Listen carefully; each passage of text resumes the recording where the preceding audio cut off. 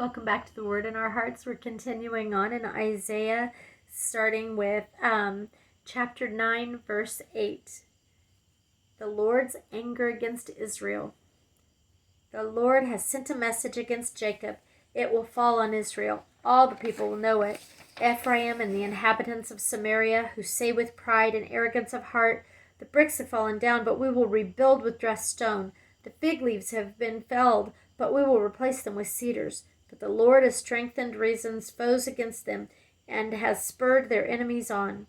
Arameans from the east and Philistines from the west have devoured Israel with open mouth. Yet for all this his anger is not turned away, his hand is still upraised. But the people have not returned to him who struck them, nor have they sought the Lord Almighty. So the Lord will cut off from Israel both head and tail, both palm branch and reed, in a single day. The elders and prominent men are the head. The prophets who teach lies are the tail. Those who guide this people mislead them, and those who are guided are led astray. Therefore the Lord will take no pleasure in the young men, nor will he pity the fatherless and widows. For everyone is ungodly and wicked. Every mouth speaks vileness. Yet for all this his anger is not turned away, his hand is still upraised. Surely wickedness burns like a fire. It consumes briars and thorns. It sets the forest thickets ablaze, so that it rolls upward in a column of smoke. By the wrath of the Lord Almighty the land will be scorched, and the people will be fuel for the fire. No one will spare his brother. On the right they will devour, but still be hungry. On the left they will eat, but not be satisfied. Each will feed on the flesh of his own offspring. Manasseh will feed on Ephraim, and Ephraim on Manasseh. Together they will turn against Judah. Yet for all this his anger is not turned away. His hand is still upraised. Chapter 10. Woe to those who make unjust laws, to those who issue oppressive decrees, to deprive the poor of their rights and withhold justice from the oppressed of my people, making widows their prey and robbing the fatherless. What will you do on the day of reckoning when disaster comes from afar? To whom will you run for help? Where will you leave your riches? Nothing will remain but to cringe among the captives or fall among the slain. Yet for all this his anger is not turned away. His hand is still upraised. God's judgment on Assyria. Woe to the Assyrian, the rod of my anger, in whose hand is the club of my wrath. I send him against a godless nation. I dispatch him against a people who anger me, to seize loot and snatch plunder, and to trample them down like mud in the streets. But this is not what he intends. This is not what he has in mind. His purpose is to destroy, to put an end to many nations. Are not my commanders all kings, he says? Has not Calno fared like Carchemish, not Hamath like Arpad, and Samaria like Damascus? As my hand seized the kingdoms of the idols, the kingdoms whose images excelled those of Jerusalem and Samaria, shall I not deal with Jerusalem and her images as I dealt with Samaria and her idols? When the Lord has finished all his work against Mount Zion and Jerusalem, he will say, I will punish the king of Assyria for the willful pride of his heart and the haughty look in his eyes. For he says, by the strength of my hand I have done this, and by my wisdom, because I have understanding, I removed the boundaries of nations, I plundered their treasures. Like a mighty one I subdued their kings. As one reaches into a nest, so my hand reached for the wealth of the nations. As men gather abandoned eggs, so I gathered all the countries. Not one flapped a wing or opened its mouth to chirp. Does the axe raise itself above him who swings it? Or the saw boast against him who uses it? As if a rod were to wield him who lifts it up, or a club brandish him who is not wood. Therefore the Lord Almighty, will send a wasting disease upon his sturdy warriors. Upon his pomp a fire will be kindled, like a blazing flame. The light of Israel will become a fire, their Holy One a flame. In a single day it will burn and consume his thorns and his briars. The splendor of his forests and fertile fields it will completely destroy, as when a sick man wastes away. And the remaining trees of his forests will be so few that a child could write them down. The remnant of Israel. In that day, the remnant of Israel, the survivors of the house of Jacob, will no longer rely on him who struck them down, but will truly rely on the Lord, the Holy One of Israel. A remnant will return, a remnant of Jacob will return to the mighty God. Though your people, O Israel, be like the sand by the sea, only a remnant will return. Destruction has been decreed, overwhelming and righteous. The Lord Almighty, will carry out the destruction decreed upon the whole land. Therefore, this is what the Lord Almighty says. O my people who live in Zion, do not be afraid of the Assyrians who beat you with a rod and lift up a club against you, as Egypt did. Very soon my anger against you will end, and my wrath will be directed to their destruction. The Lord Almighty will lash them with a whip, as when he struck down Midian at the rock of Oreb, and he will raise his staff over the waters, as he did in Egypt. In that day their burden will be lifted from your shoulders, their yoke from your neck. The yoke will be broken because you have grown so fat. They enter Aiath. They pass through Migron. They store supplies at Michmash. They go over the pass and say, we will camp overnight at Geba. Ramah trembles. Gibeah of Saul flees. Cry out, O daughter of Gallim. Listen, O Laisha. Poor Anathoth. Madmenah is in flight. The people of Gebim take cover. This day they will halt at Nob. They will shake their fist at the mount of the daughter of Zion, at the hill of Jerusalem. See, the Lord Almighty, will lop off the boughs with great power. The lofty trees will be felled. The tall ones will be brought low. He will cut down the forest thickets with an axe. Lebanon will fall before the mighty one. Chapter 11. The branch from Jesse. A shoot will come up from the stump of Jesse. From his roots a branch will bear fruit. The Spirit of the Lord will rest on him, the Spirit of wisdom and of understanding, the Spirit of counsel and of power, the Spirit of knowledge and of the fear of the Lord, and he will delight in the fear of the Lord. He will not judge by what he sees with his eyes, or decide by what he hears with his ears, but with righteousness he will judge the needy. With justice he will give decisions for the poor of the earth.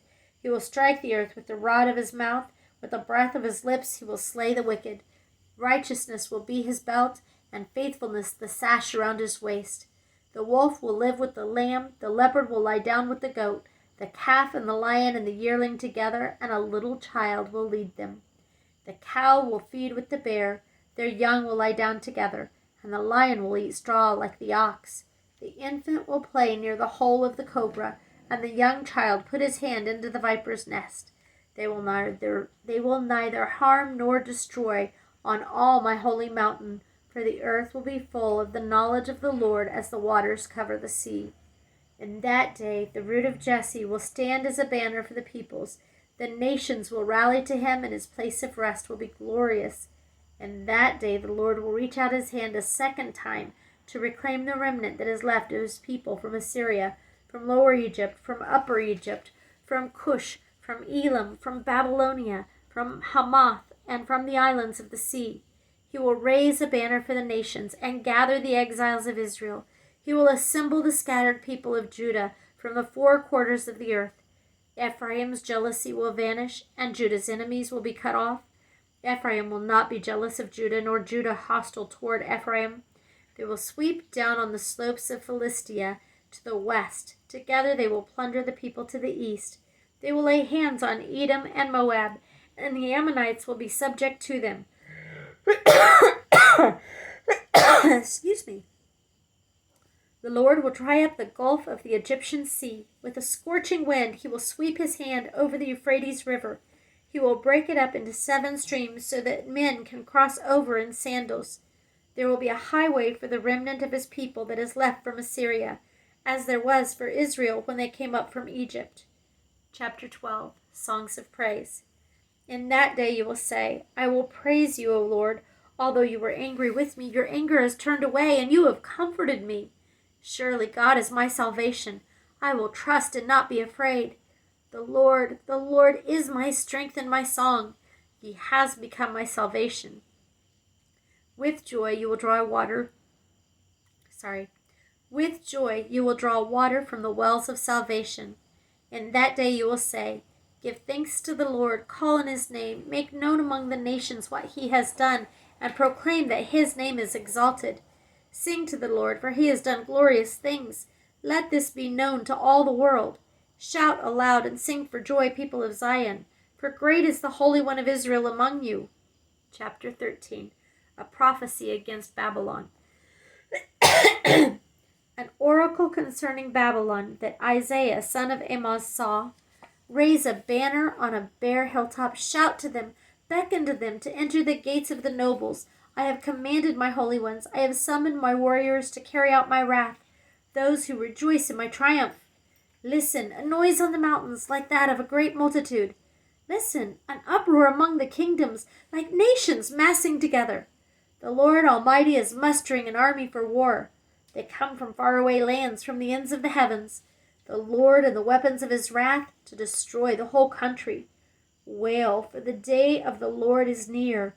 It will come like destruction from the Almighty. Because of this, all hands will go limp. Every man's heart will melt.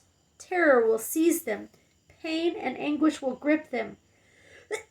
They will writhe like a woman in labor. They will look aghast at each other, their faces aflame. Excuse me, I'm so sorry.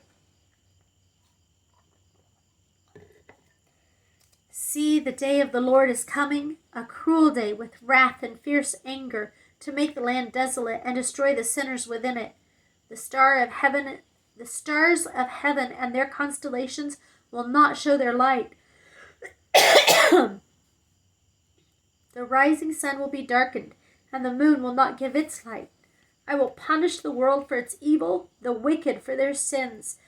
I will put an end to the arrogance of the haughty, and will humble the pride of the ruthless. I will make man scarcer than pure gold, more rare than the gold of Ophir. So sorry. Therefore I will make the heavens tremble, and the earth will shake from its place, and the wrath of the Lord Almighty in the day of his burning anger, like a hunted gazelle, like sheep without a shepherd, each will return to his own people, each will flee to his native land. Whoever is captured will be thrust through. All who are caught will fall by the sword. Their infants will be dashed to pieces before their eyes. Their houses will be looted and their wives ravished. See, I will stir up against them the Medes, who do not care for silver and have no delight in gold. Their bows will strike down the young men. They will have no mercy on infants, nor will they look with compassion on children. Babylon, the jewel of kingdoms, the glory of the Babylonians' pride, will be overthrown by God, like Sodom and Gomorrah. She will never be inhabited or lived in through all the generations. No Arab will pitch his tent there. No shepherd will rest his flocks there. But desert creatures will lie there. Jackals will fill her houses. There the owls will dwell, and there the wild goats will leap about. Hyenas will howl in her strongholds, jackals in her luxurious palaces. Her time is at hand, and her days will not be prolonged. Excuse me. Chapter 14. The Lord will have compassion on Jacob. Once again he will choose Israel and will settle them in their own land. Aliens will join them and unite with the house of Jacob. Nations will take them and bring them to their own place, and the house of Israel will possess the nations as men-servants and maidservants in the Lord's land. They will make captives of their captors and rule over their oppressors.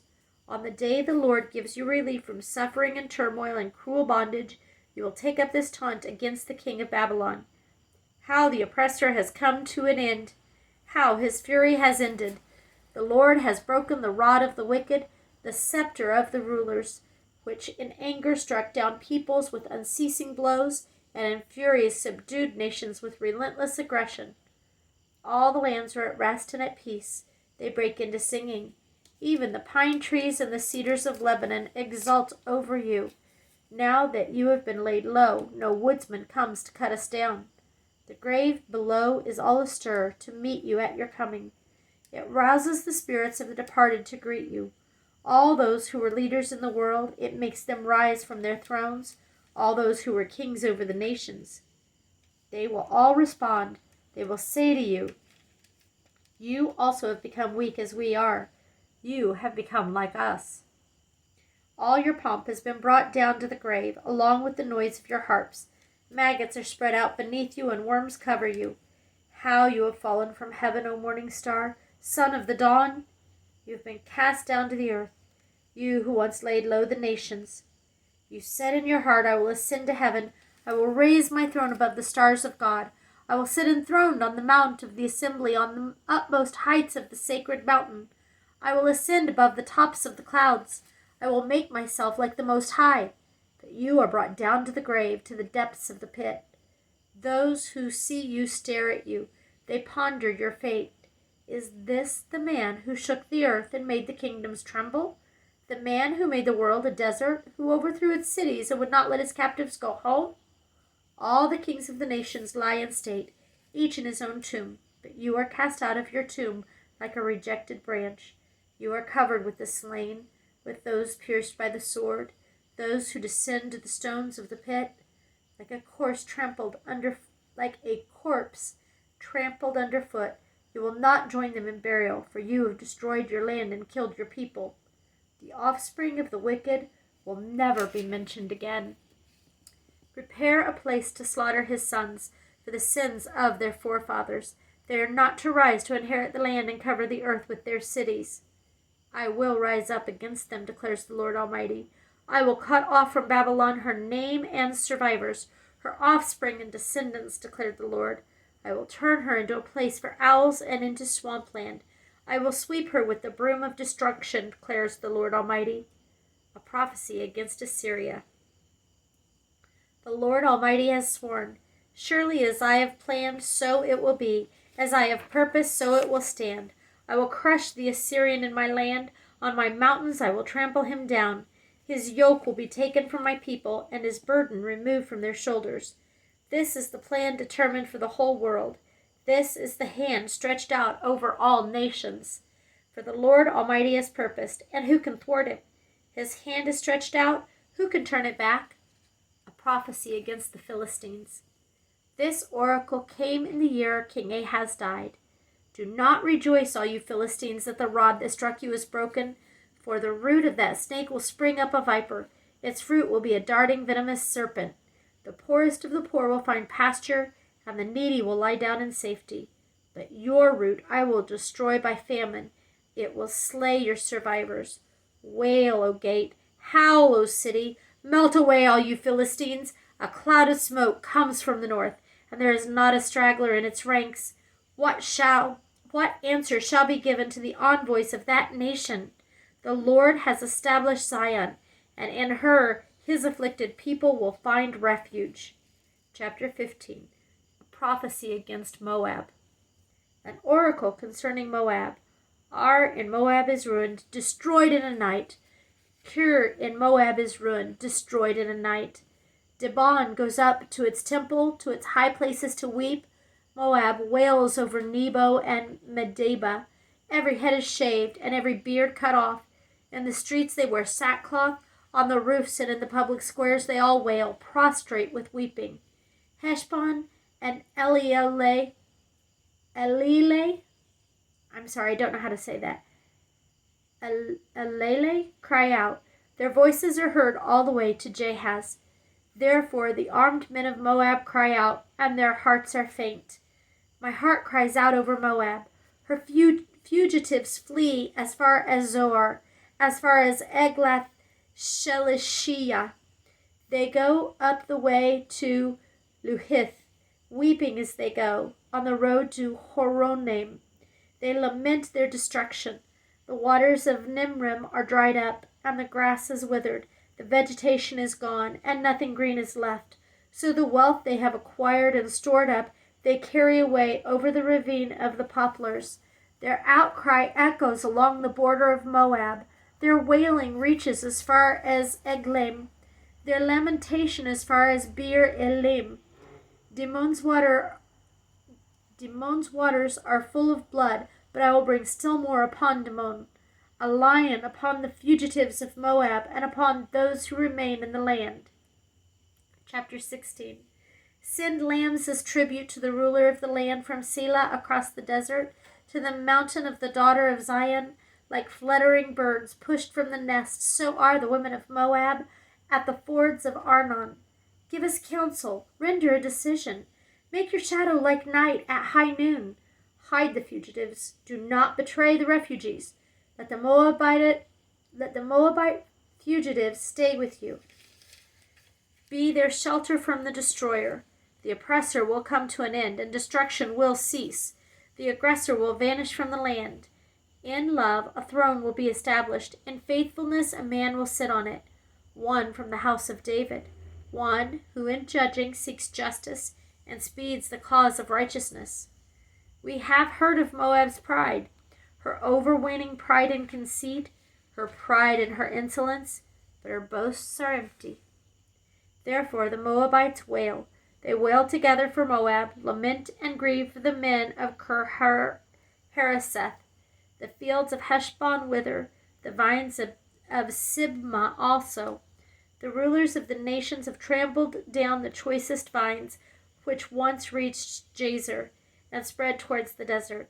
Their shoots spread out and went as far as the sea. So I weep as Jazer weeps for the vines of Sibmah. O Heshbon, O Lelah, I drench you with tears. The shouts of joy over your ripened fruit and over your harvests have been stilled. Joy and gladness are taken away from the orchards. No one sings or shouts in the vineyards.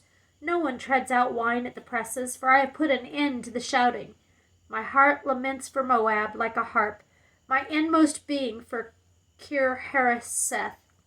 When Moab appears at her high place, she only wears herself out. When she goes to her shrine to pray, it is to no avail. This is the word the Lord has already spoken concerning Moab. But now the Lord says, within 3 years, as a servant bound by contract would count them, Moab's splendor and all her many people will be despised, and her survivors will be very few and feeble. Chapter 17. An oracle against Damascus.